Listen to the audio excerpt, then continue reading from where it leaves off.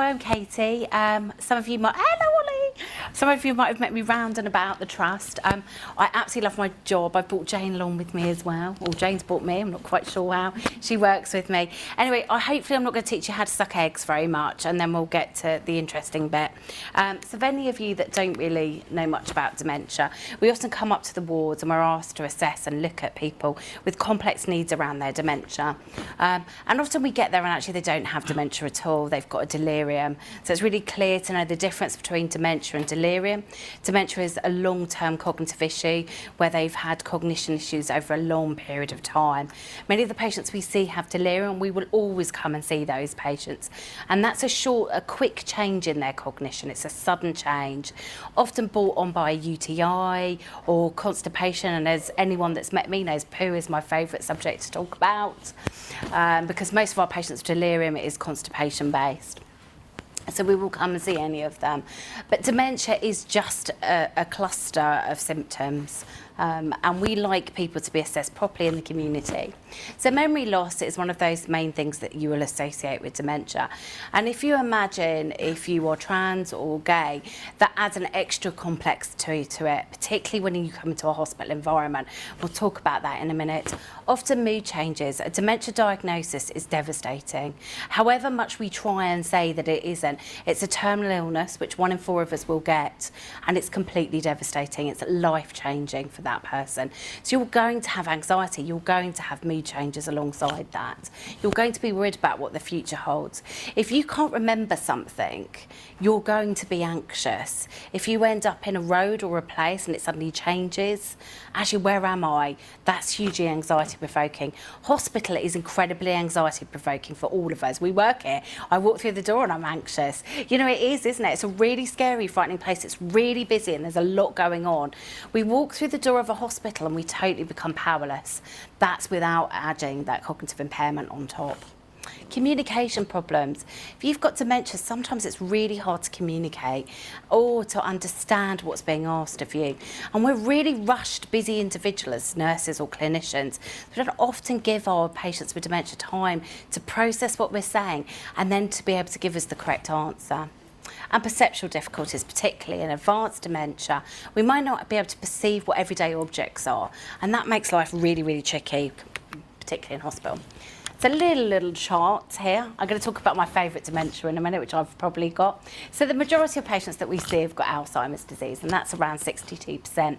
In Brighton alone, 2,500 people are diagnosed with dementia, but we know there's probably 1,700 people undiagnosed. So the number of people that me and Jane will see, 70% do not have a diagnosis. Or a doctor, so any doctors in the room, please don't do this. One consultant at one point will have written in the notes they've got dementia. And of course, once one person's written it, then they must have dementia. And it sticks with that person forever. So as junior doctors, if you ever see dementia written in the notes and you think, I'm not convinced, question it and challenge it. Because if someone's been diagnosed with dementia, they will have a form of dementia they're diagnosed with. It won't ever just say dementia. Be Alzheimer's, mixed dementia, or vascular dementia, or there is 110 types of dementia. And it's really important as clinicians you understand what dementia they've got. So it makes a huge impact. Alzheimer's disease is slow and fairly ploddy. It's got a fairly projectable ending. Vascular dementia, you'll see there's step-down declines, particularly in the hot weather. We've worked with a lot of patients with vascular dementia, and they've become very, very unwell, quite challenging to manage. Mixed dementia, we see a lot of people with mixed dementia, and their life is quite complex for us to manage. Lewy body is the most horrific dementia, and I say it to everybody, I think it's the most devastating. There are patients that hallucinate, who have real visual hallucinations. And many, particularly nurses, we're very quick to judge and go, oh, you're not really visualising that. Come on, don't be silly, you know, it's not really happening. To those people, those hallucinations are real, they are scary. They're often around babies or children headless people. We've got a totem pole thread going at the moment. Lots of my patients with Lewy body have got totem poles running after them, or they might see insects on the floor or things crawling on them. There is no medication, there is nothing we can do for Lewy body except give lots of reassurance and love and care and support. We'll talk about that in a minute. Now, my favourite one is frontal temporal lobe, and that's the one I'm going to have because that's where you lose your filter. And I love the patients with frontal temporal lobe. We're working with a few at the moment. Can I swear, does anyone get offended? Because I always like to say that. They're the ones that you just go, look at your fat arse on you, but I love your dress. And they're the ones I always say to staff, just let it ride over. Because actually, if everybody told me I'm fat every day, you know, they do. They just have lost that filter. Wouldn't we love to have lost that filter?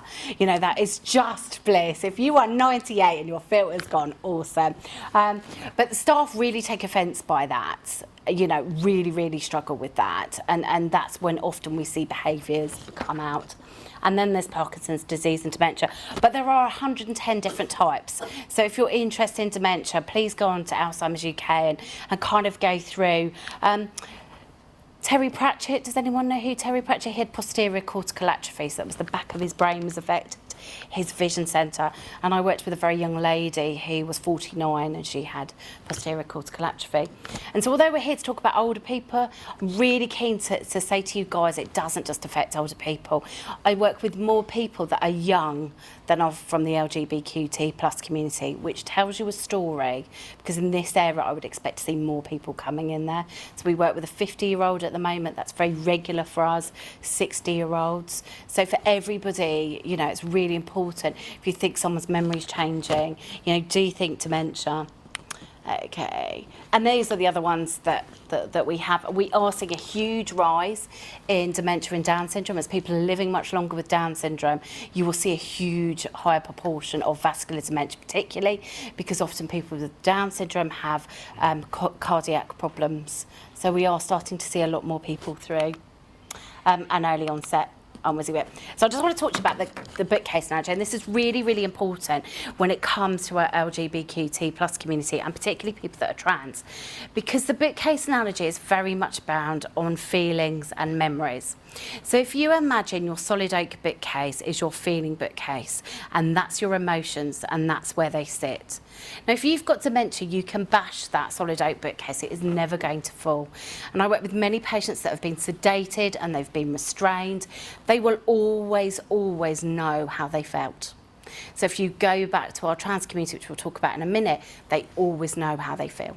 So they might not remember what's been said to them, but they will know how they're treated, how they're respected, and what that in-depth feeling is, whether they're scared, they're hurt, they're lonely. And you know, we have worked with patients which have absolutely soul destroyed me, where staff are not aware of how to treat somebody with advanced dementia, and they've got security involved, or they've given them lots of lorazepam. I spent 8 hours on the floor in resus with a patient who'd been given too much sedation. He'd had his hands bound to stop him taking his head bandage off, and he was lying in a pool of blood in resus. And that was only last year.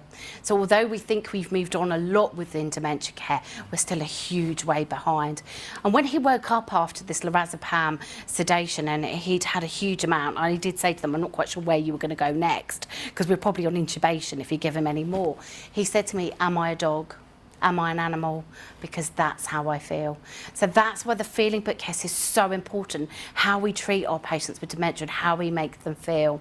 And when we're lovely and we give them love and comfort, which we'll talk about in a minute, and we give person-centred care, they really remember that and they really tap into that. So I have a lady that her defence mechanism, because she was really frightened of everything, was to tell me to piss off. Because she knew if she told me to piss off, then I was probably going to do it, because everyone else on the ward had done that.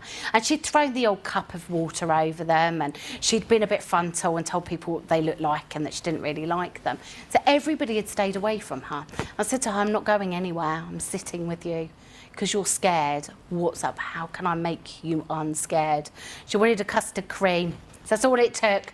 I bought her a packet of custard creams in the shop, and I sat with her, and she and I had custard creams. And she trusted me because I'd made her feel listened to. And actually, she stopped throwing the biscuits, and because she liked them as well. But she liked the fact I'd hold her hand, and I wasn't frightened what she was going to do. She could tip water over me, it's just water. And actually we built up a relationship, and she started to eat, and she started to drink, and she started to trust. And so it's just about getting in there, and it's about not being frightened. But if you think about your IKEA bookcase, and IKEA are probably going to slaughter me one day because I'm always damning their bookcases. But you've got an IKEA bookcase, and the screws aren't always in the packet, and sometimes the shelves fall off, and it's not great. That is your memory bookcase. So your short-term memories, what you've had for lunch, what you've had for dinner, will be on your top shelf of your memory bookcase. But as our dementia progresses, the bookcase falls down and the books will fall off. Once you lose your memories, you cannot recreate them, so you can't put those memories back on. You can't learn new ones. And as staff, we're very much quick to say to patients, when they want their mum, how many patients have you heard, I want my mum, I need to go home and feed the children, it's 4 o'clock. And the staff on the ward will go, Debbie, ridiculous, your mum's dead. She must be 96 or whatever. And so we sit in that, trying to reorientate them all the time. But you can't put that memory back on. So you could tell somebody 1,000 times your mum's dead, but actually they would never remember it. They will relive that moment every time. So what I love to do is, once those memories come down, is live in that moment with that patient or that person. Actually, how old are they? So you will always hear me being very cheeky, and I try and be very cheeky so I don't get slapped. How old are you? Because once you work out how old somebody is, you can live in that exact moment, and it's a beautiful moment to live with those patients. So many of our patients think they're at Gatwick Airport. I've had a few lately. One lady thought she was on holiday. So why on earth would I want to tell her she's in hospital? Because actually it's a horrific place to be. So it is, and I do have a lovely story, but we don't have time, about anyone that knows Maureen Lipman, about playing Marks and Spencer's in Amu for 4 hours. She'd slapped the security guard, but she genuinely thought she was a Marks and Spencer, and everyone kept arguing with her. So we did play Marks and Spencer's, and she settled, and she was beautiful. So the big passion for me in this trust is that we do good person-centred care, and it is really simple. Everyone thinks dementia care is really complicated, but it's really not. So in the trust we use a This Is Me, and that's for carers to fill in, and it empowers carers. They know their loved one far better. Some carers hand over their most precious belonging to our care and support. We don't always treat them that well. So actually, by getting them to fill a This Is Me in, get them to find out what it is they love, what sexuality they are, what do they like for telly. But actually, if we do a This Is Me for everybody, and we give everyone person-centred care, then we get it right for everybody. And that is my big mission. So Kit Wood talks about person-centred care, and love is at the heart of it. And I love this because actually loving our patients and comforting them and making them feel safe, if we go back to that feeling bookcase, is all we actually need to do. When somebody is challenging and they're being distressed, actually there's a need. We haven't covered one of these. We've not looked after their comfort or their attachment or their identity. And identity is absolutely key. So if we look at somebody that may have transitioned, actually how do they manage in our wards? So as staff, what ward do we put them in? Do we put them in the male bay, or do we put them in the female bay? And the important thing for me is, as your dementia advances, how do they now identify? Because many of our patients that have transgendered may identify back with the original sexuality that they were born with, and that is very complicated, and we do see it. So as their memory's gone, how do we then manage that person that might wake up one morning with a different body to the one that they think they should be? So that's a really important thing that as a trust we're going to start to look at. Which wards do we put them on?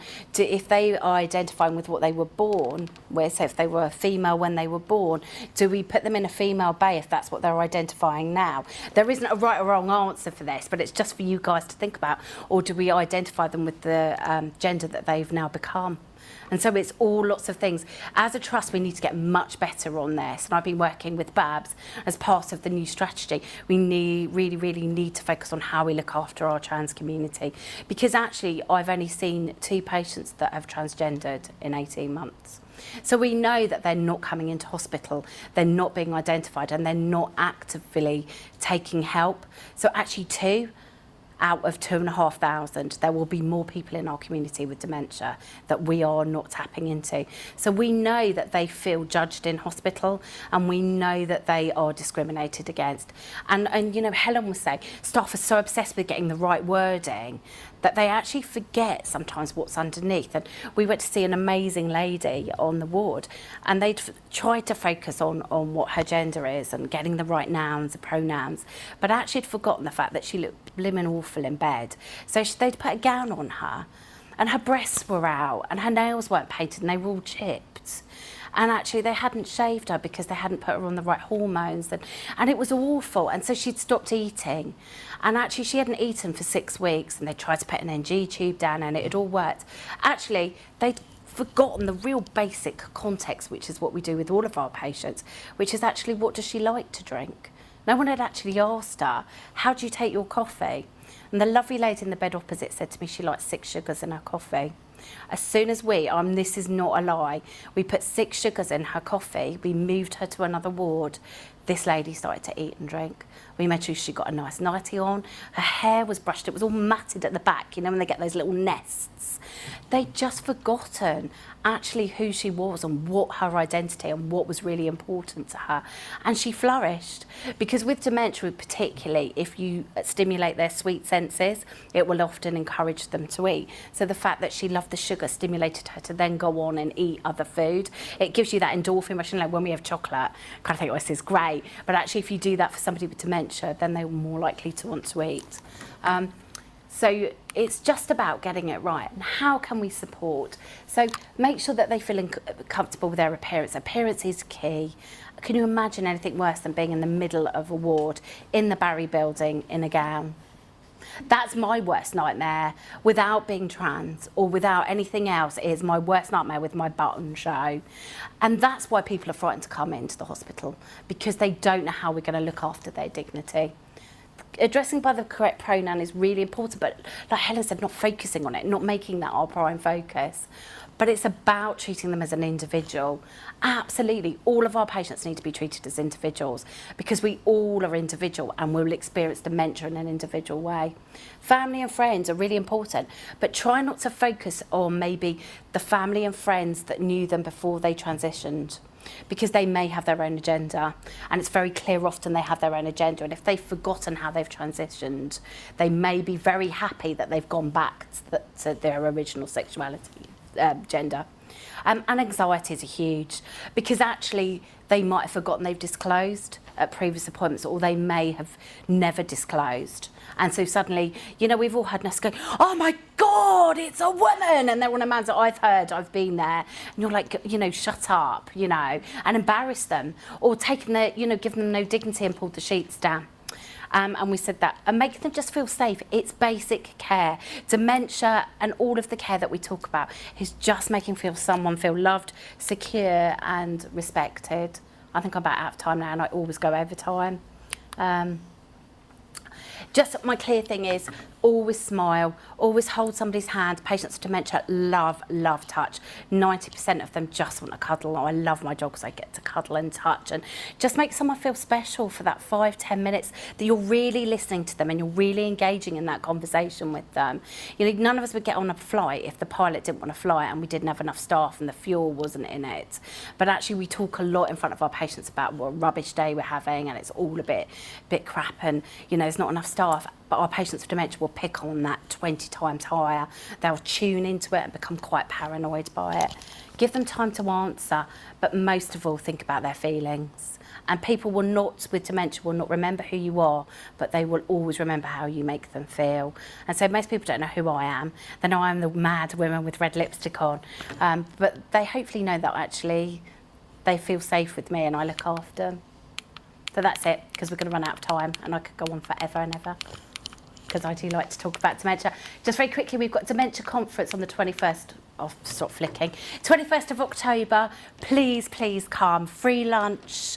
There'll be loads of it. Tommy Whitelaw's coming, who, if you Google him, he's absolutely awesome and you'll all sob hysterically. The Royal London are coming to talk about the language you use, and once we start to have negative language in our handovers and on the ward, how that impacts our patients dramatically and how we look after them. And we're going to talk about sex and consent, because actually patients with dementia, when they move on to a nursing home, for example, how do they consent to a new relationship? Because often they've forgotten they're married and they build new relationships. So anyone that knows Peter Wells, he's coming back for a one night only. So it's worth booking in for that.